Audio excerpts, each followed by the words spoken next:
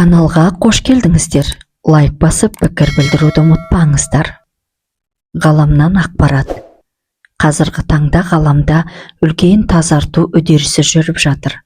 Соңғы 3 күннің ішінде бұл процесс ерекше күшейді. Ізденбеген, оянбаған, рухани әлсіреген тәні ауру сырқауға толы, бірақ соның бәрін мойындамай, өзін әбден тар шеңберге тығып тастаған, қасарысып өмір сүріп келген ескі, көне жандар жоғары көтерілуде. Адам тілімен айтсақ, олар бұл дүниеден қайтып жатыр. Яғни, өз үйлеріне оралуда.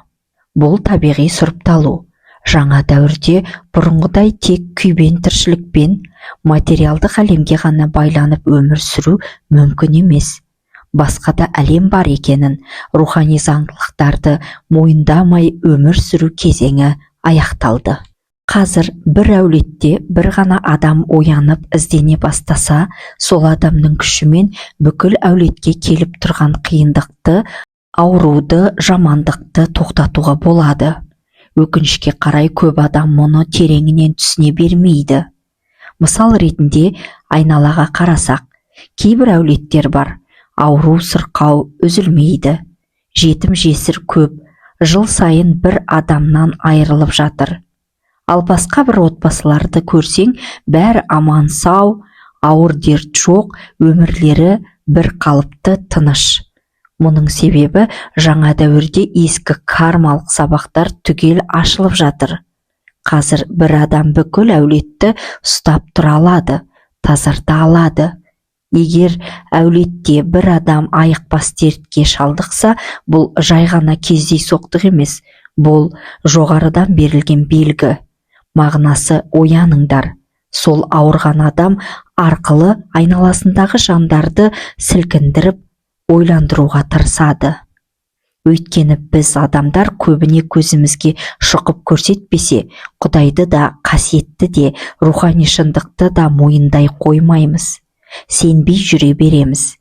Әрине, ешкімді мұндай сынаққа жеткізбей-ақ өмір сүруге болады. Ол үшін ешкімге зиян тигізбеу, артық сөз айтпау, өз жолың мен тыныш адал өмір сүру жеткілікті.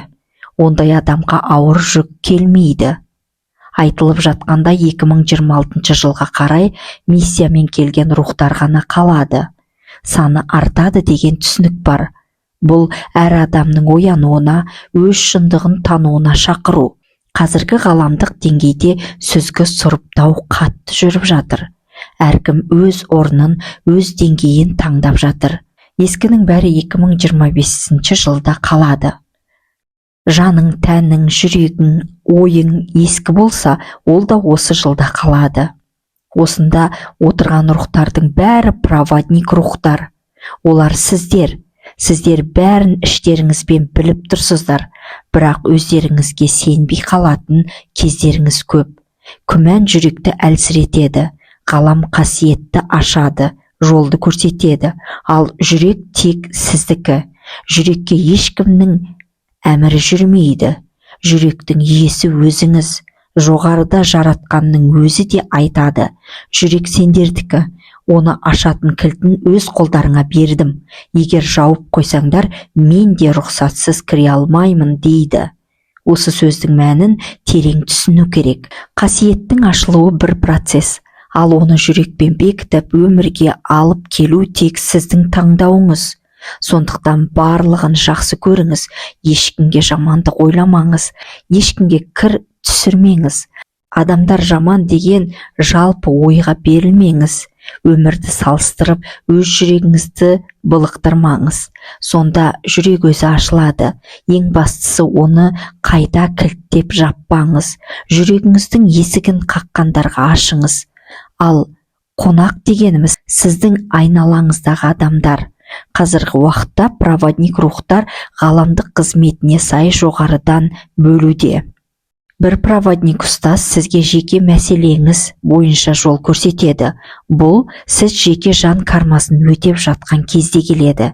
Екінші проводник әулет кармасы бойынша бағыт береді. Әулетке байланысты қайталанатын ауыртпалықтарды, сабақтарды түсінуге көмектеседі. Үшінші проводник ғаламдық ұлттық карма бойынша жол көрсетеді. Бұл деңгейде адам тек өзіне емес, тұтас қоғамға, халыққа қызмет ете бастайды. Осы сатылардан өте жүріп, адам бірте-бірте өзі де проводникке айналады. Проводник сөзінің мәні жол көрсетуші ұстаз, яғни жарықты энергияны өз тәні мен жаны арқылы тасымалдаушы. Бірақ шын проводник ұстаз бұл деңгейге жеңіл жетпейді. Олар алдымен жеке басындағы қиындықтардан өткен, ауыр сынақтардан күйіп пісіп жетілген, өмірдің талай соққысын көрген рухтар. Сондықтан қазір байқасаңыз, мықты проводник ұстаздар танымал жұлдыз адамдардың арасынан емес, қарапайым ортамыздан шығып жатыр. Олар атақты емес, көзге түсе бермейтін жандар. Себебі халықпен жұмыс істеу үшін халықтың мұңын түсіну қажет, ал оны тек сол халықтың арасынан шыққан адам ғана шын сезіне алады. Сол үшін жаратушы оларды халықтың ішінен шығарып жатыр.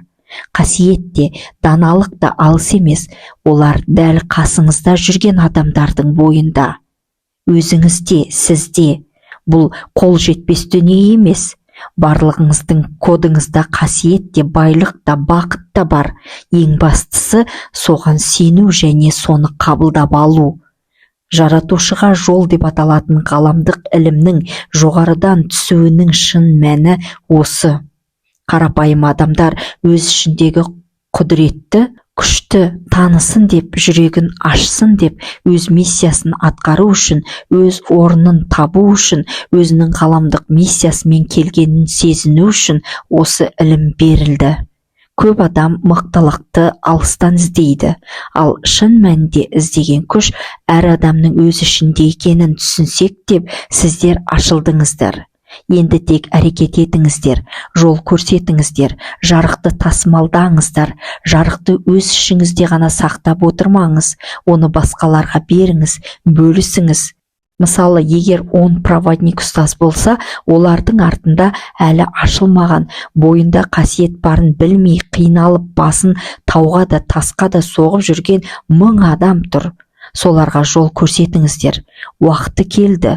Жаратушы жетелейді. Жаратушымен сырласыңыздар, үндесіңіздер, айтыңыздар. Нағыз мықтылық, яғни барлығыңыз мықтысыздар, бірақ мықтылық қашан шындыққа айналады? Бір-біріңізді мойындағанда, сыйлағанда, шын жүрекпен жақсы көргенде. Қазір жер бетінде жай рух жоқ. Қарапайым деп айтуға келмейтін бірде-бір жан жоқ. Бәрі кемел, бәрі дана, бәрі жаратушының өз энергиясынан жаратылған рухтар. Жоғарыдан сіздердің адами тірліктеріңізге тікелей араласу жоқ. Себебі таңдау тек өз қолыңызда. Рух ретінде барлығыңыз мықтысыздар. Бұл анық.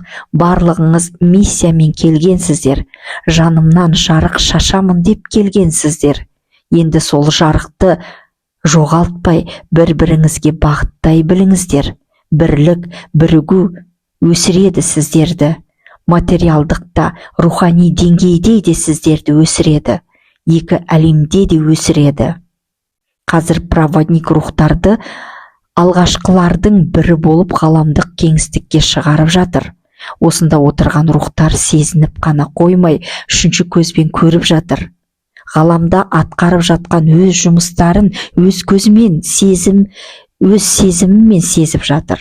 Олар әр түрлі планеталар арасында үшінші көз арқылы көріп, ұшып, тынбай қызмет етіп жүргенін аңғаруда. Оттың да, судың да күші көрсетіліп жатыр. Бұл символ емес, бұл тәжірибе, бұл рухтық мүмкіндікті тексеру. Әр рух өз ауқымын, өз жауапкершілігін көріп жатыр. Бұл жай көрініс емес, бұл қызметке шақыру. Жол ашық, қызмет басталды, сәттілік. Өте көне рухтар бар. Олар сан дәуірді көрген, сан әлемнен өткен, тәжірибесі терең, жадысы бай рухтар. Бұл рухтар жаңа емес, олар бастау. Уақыт оларды ұмыттырған жоқ, тек уақытша үнсіз қалдырды. Енді сол өте көне рухтар өздерінің ғаламдық жұмыстарын қайтадан бастап жатыр. Бұл үйрену емес, бұл еске түсіру, бұл ұйқыдан ояну. Олардың әр қадамы тәжірибе, әр шешімі ғасырлардан өткен даналық, әр әрекет ғаламнан келісілген. Қазір сол рухтар іске кірісті. Бұл кездейсоқтық емес, бұл уақыттың өзі шақырған сәт. Жұмыс басталды, еске түсіру жүріп жатыр, қуат орнына келді. Назарларыңызға рахмет. Егер сіздерді осы ойландырып, толғандырса, маған жекеге хабарласуларыңызға болады.